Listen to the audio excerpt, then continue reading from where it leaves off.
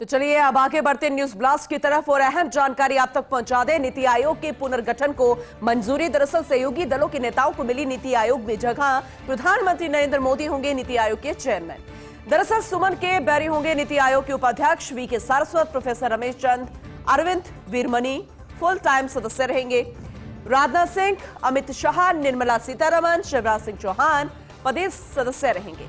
नितिन गडकरी, जेपी नड्डा, एच.डी. कुमारस्वामी, जीतन राम मांझी, राजीव रंजन सिंह, वीरेंद्र कुमार, के.आर. नायडू, अन्नपूर्णा देवी, चिराग पासवान, राव इंद्रजीत सिंह विशेष आमंत्रित सदस्य रहेंगे। तो यह अहम जानकारी फर्स्ट इंडिया आप तक पहुंचा रहा है। तो चलिए महाराष्ट्र सरकार के उस बड़े ऐलान का जिक्र करते हैं जिसमें महाराष्ट्र में लाडला भाई योजना की बात कही गई। दरअसल 12वीं पास युवाओं को अब 6,000 रुपए प्रति महीना, डिप्लोमा धारकों को मिलेंगे 8,000 रुपए प्रति महीना, ग्रेजुएट युवाओं को मिलेंगे 10,000 रुपया प्रति महीना। हालांकि देखा जाए तो लोकसभा चुनावों में जिस तरीके से नतीजे सामने आए हैं उसके बाद महाराष्ट्र सरकार फूंक फूंक कर कदम रख रही है और इस बीच एक बड़ा ऐलान युवाओं को अपनी और रुख करने के लिए एक कोशिश यहां पर की जा रही है। महाराष्ट्र में लाडला भाई योजना का दायरा बढ़ाया गया तो 12वीं पास युवाओं को अब 6,000 रुपए प्रति महीना मिलेगा। जी हां, फिर इसके अलावा डिप्लोमा धारकों को 8,000 रुपए प्रति महीने मिलेगा। हालांकि इसका भी एक दायरा होगा, एक नियम होगा जब तक उनकी नौकरी नहीं लग जाती या फिर जब तक वो दूसरी परीक्षा पास नहीं कर लेते। इसके अलावा ग्रेजुएट युवाओं को 10,000 रुपया प्रति महीना मिलेगा। तो वहीं उत्तर प्रदेश में सरकार संगठन प्रकरण का पटाक्षेप। योगी आदित्यनाथ ही बने रहेंगे मुख्यमंत्री। पिछले कुछ दिनों से उठा पटक चल रही थी, असमंजस की स्थिति थी, कई तरह के कयास लग रहे थे और कल से अलग अलग तरह की खबरें सामने आ रही थी और कोई तो ये भी कह रहा था कि ऐसा तो नहीं होगा कि कहीं अरविंद केजरीवाल की भविष्यवाणी सही साबित हो जाए।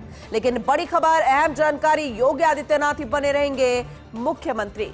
2027 का चुनाव लड़ा जाएगा योगी आदित्यनाथ के नेतृत्व में ही। अखिलेश यादव का मुकाबला कर सकते हैं केवल योगी ही। अभी पिछले दिनों 37 लोकसभा सीटें जीतकर अखिलेश ने यूपी भाजपा के सामने एक बड़ी चुनौती जरूर खड़ी कर दी है और ऐसे में भाजपा के पास योगी के अलावा कोई दूसरा विकल्प भी नहीं है। उधर बीजेपी की यूपी में संगठन का चेहरा बदलने की कवायद भी तेज हो गई है। प्रदेश अध्यक्ष भूपेंद्र चौधरी अब संगठन की बजाय भेजे जा सकते हैं सरकार में। इसके अलावा उप मुख्यमंत्री केशव प्रसाद मौर्य जा सकते हैं अब संगठन में किसी बड़े दायित्व पर। इसे लेकर पिछले 1 महीने से लगातार मंथन, मुलाकातों का दौर जारी है। कल भी अहम मुलाकात हुई और आज भी सिलसिला जारी, आगे भी रह सकता है और उसके बाद एक खास जानकारी फोर्स इंडिया आप तक पहुंचाएगा। लेकिन इस बीच यह अहम जानकारी कि 2027 का जो चुनाव है वो मुख्यमंत्री योगी आदित्यनाथ के नेतृत्व में ही लड़ा जाएगा। अभी मुख्यमंत्री योगी आदित्यनाथ ही बने रहेंगे। तो वहीं झारखंड, महाराष्ट्र और हरियाणा विधानसभा चुनावों की तैयारी शुरू हो चुकी है। तीनों ही राज्यों में एक अलग अलग रणनीति बनाने की कोशिश में जुट चुकी है कांग्रेस। एक अलग स्ट्रैटेजी बनाएगी कांग्रेस।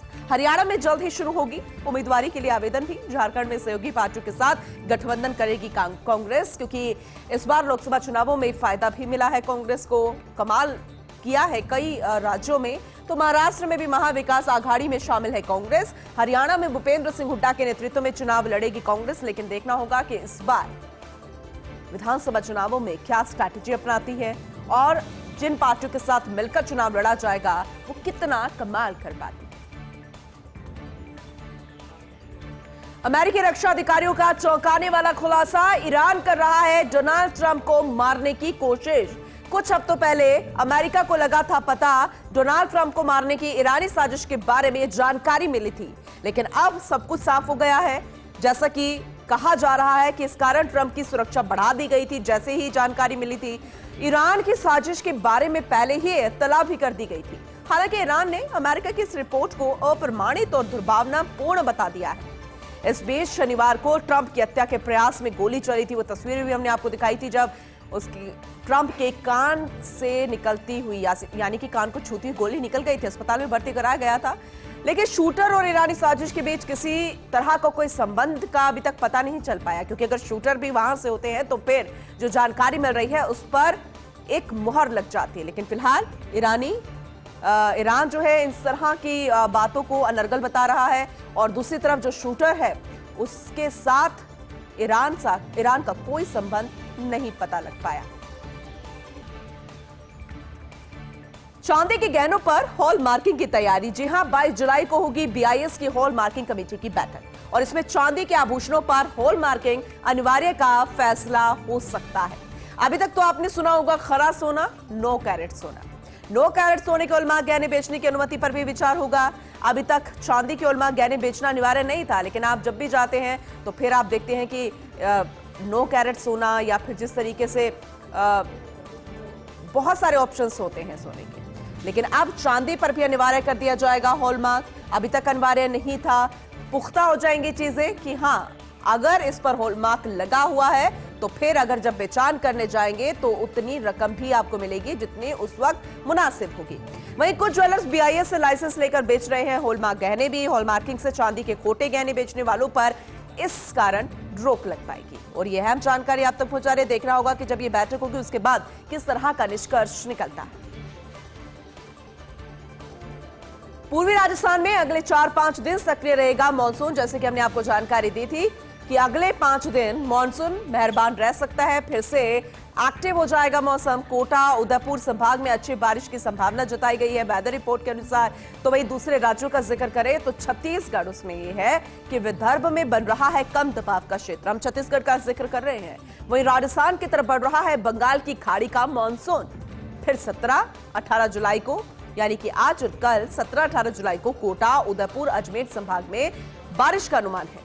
वहीं जोधपुर, बीकानेर संभागों में बारिश जारी रहने की भी संभावना है। अगर बारिश होती है तो फिर वो आगे कुछ दिनों तक जारी रहेगी। इसके अलावा 18 जुलाई को शेखावाटी क्षेत्र गीले हो सकते हैं क्योंकि बारिश वहां पर अच्छी खासी होगी। हृदय परिवर्तन हुआ है चोर का। जी हां, आपने सही सुना, आप पूरी खबर को सुनिएगा। दरअसल चोर ने कवि लेखक का घर देखकर चोरी का सामान वापस लौटा दिया।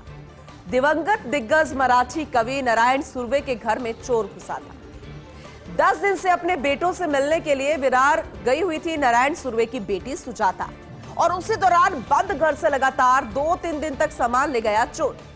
एक दिन कमरे में नारायण सुर्वे की फोटो देखकर उसने वापस सामान लौटा दिया और चिट्ठी लिखकर चोरी के लिए माफी भी मांगी। अब आपको ऐसे फिल्मी कहानी सी लग रही होगी और जिस तरीके से ये खबर सामने आई है इस पर एक स्क्रिप्ट भी बन सकती है। उसने चिट्ठी लिखी, चोरी के लिए माफी मांगी। घर लौटने पर सुजाता को इस घटनाक्रम के बारे में पता चला।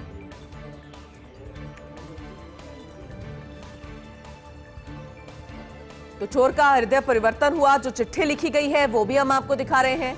कमरे में नारायण सुर्वे की जब फोटो देखी तब उनके बारे में उसे पता चला और जानकर ये पता चला कि जो वो सामान चोरी कर ले गया है शायद उसे इसकी थोड़ी बहुत कीमत मिल जाएगी, लेकिन इसकी कीमत उनके लिए कितनी है वो समझ से परे और उसको वो समझ में आया, हृदय परिवर्तन हुआ और चोरी का सामान वापस ले गया।